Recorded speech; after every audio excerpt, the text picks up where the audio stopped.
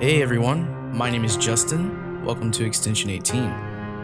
Have you ever seen a painting that completely gives you the creeps? As you stare at it, you're wondering what would possess the artist to create something straight out of a nightmare. Well, in this story, you're going to find out exactly what possesses them. Before we continue, if you enjoy our content, give us a like and subscribe if you haven't already. And make sure to hit that notification bell for more dark tales as soon as they're uploaded.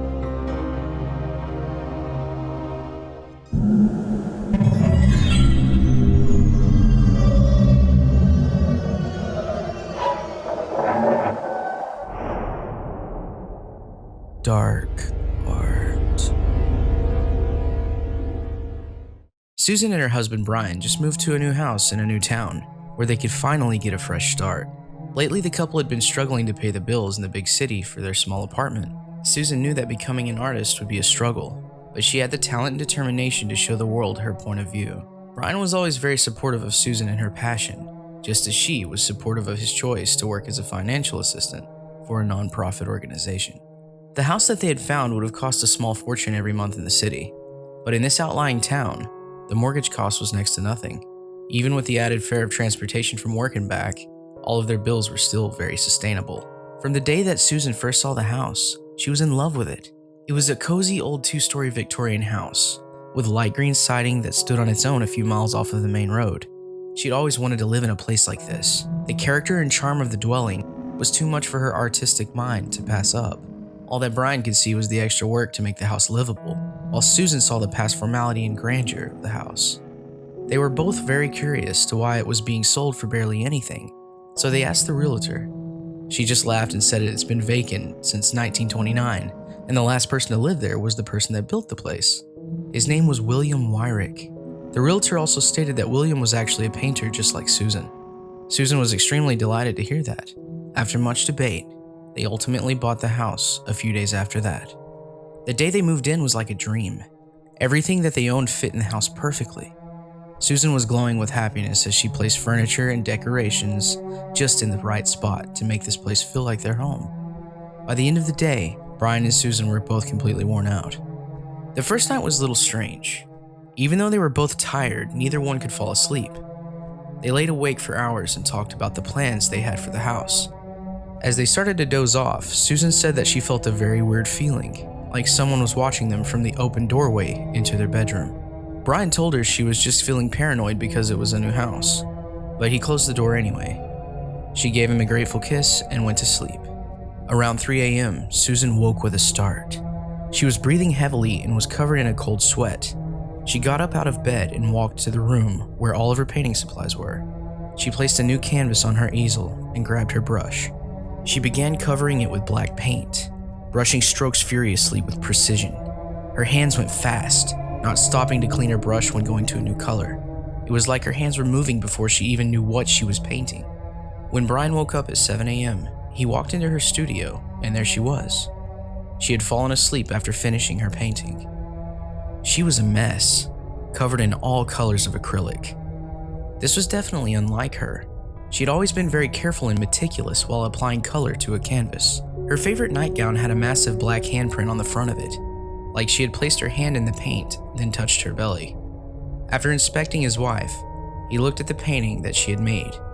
It was beautiful, with dark colors and vibrant undertones. She had painted a scene of a forest, where only a few beams of light touched the ground. There was a dark gray snow that blanketed the area, surrounded by towering trees. Directly in the center of the open grove lied a tall tombstone. It looked old and was falling apart. There were 2 footprints in the snow right next to the grave, but no person in sight to fill them. There weren't any footprints going to or coming from the gravesite. This fact gave Brian an eerie feeling.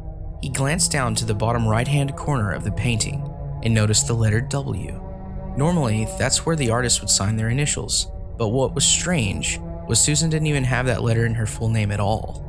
Brian just stared at the painting for about 10 minutes, as if he was entranced by it. He eventually went over to his wife, who was sitting on the ground, and touched her on the shoulder. She woke immediately, and by the look in her eyes, he knew she had been having a nightmare. Susan grabbed him around the neck and pulled him close to her. They stayed like that for a while. Their days seemed to be normal after that, with Susan trying to get the house in order and Brian commuting back and forth to his job in the city. But their nights were starting to worry them. At 3 a.m. every morning, Susan's inspiration would wake her from her slumber. She would ferociously paint depictions of dark graves and horrifying murders. Even though she was painting, the context of her work scared both her and Brian. She would claim that she didn't make them, since she never remembered painting anything. Brian blamed it on her having nightmares and the fact that she would wake up in the middle of the night to draw them out. After weeks of not sleeping, Susan began to see shadows around the house. At first, she only saw them in her studio when she was painting. She just blamed it on the lack of sleep. But then she started to see the shadows when she was wide awake in the daytime. She would text Brian about it, but he just claimed that she needed rest. After succumbing to much needed sleep, Susan was in her studio the next day, holding her head in her hands. The painting she had created the night before had deeply disturbed her.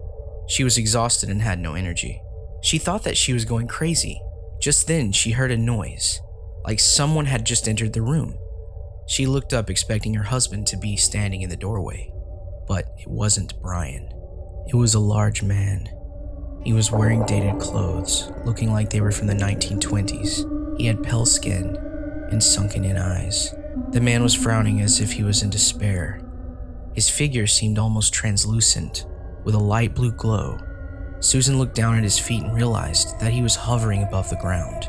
She started to tremble in fear as he put up his hands, as if to tell her that he wasn't going to harm her. She stood up and he moved back. He pointed at her first painting that lied forgotten on the floor. She glanced at it and he began floating over to it. He pointed at the grave and at the footprints. Then he pointed at himself. Susan became befuddled. She looked at him, then at the picture. She wondered if this was the previous owner of the house, William. Just as she opened her mouth to ask him what he was doing there, she heard Brian come through the front door. She glanced down the hall and then back at the man, but he was gone. She looked all over the studio and through the house, searching for the ghostly man. When she made her way back to the studio, she noticed a massive letter W painted in black on the floor where Susan saw the specter. Brian was very confused and worried, but he still helped his wife look for this guy, thinking he was an intruder. Brian ended up calling the police, who came and searched the house, also to find no forced entry and nobody fitting the description to be present. Susan kept saying that it was the ghost of William Wyrick, but Brian didn't believe in those kind of things, so he just brushed it off. After the police left, Brian made sure that his wife had a good meal and took a relaxing bath before putting her to bed with a prescribed sleeping pill. He was convinced that she just needed some sleep. He cleaned up everything and scrubbed the huge letter W off of the floor. After that, he sat down to relax and began watching the local news. As he sat there, he saw a shadow pass down the hall. Thinking it was Susan, he got up and walked to the bedroom. Susan was lying in bed, still asleep. He grabbed the taser out of Susan's purse and walked towards where he had seen the shadow. He moved slowly down the hall, with his guard up and ready to strike. When he reached Susan's studio, there was the man in 1920s attire, floating in front of the newest painting, just staring. He turned to look at Brian, holding a toothy frown that seemed diabolical. When he moved away from the painting, Brian could see what it was. It was him, lying on the floor of the studio, Susan standing over him. He had a puddle of blood underneath him, and she was holding a knife. The man was there too. He stood in the corner wearing that unnatural frown. Just then, Brian heard a noise behind him. He turned and felt the knife slide into his body. His wife stood on the other end of the blade, tears rolling down her cheeks. Her eyes looked far away, like she wasn't really there. Brian fell to the floor, with his own blood pooling underneath him. Susan looked at the man in the corner of the room and let out a blood-curdling scream. Brian began to lose consciousness as the ghost of William Wyrick faded into the walls of the house. Alright, well, I hope you guys enjoyed the story. Let me know in the comment section below what is the scariest painting that you guys have ever seen. For me, it's the Valak painting from The Conjuring 2. I don't know what it is about that painting, but it just creeps me out. Anyways, thank you for watching, guys, and I'll see you again in the darkest depths of Extension 18.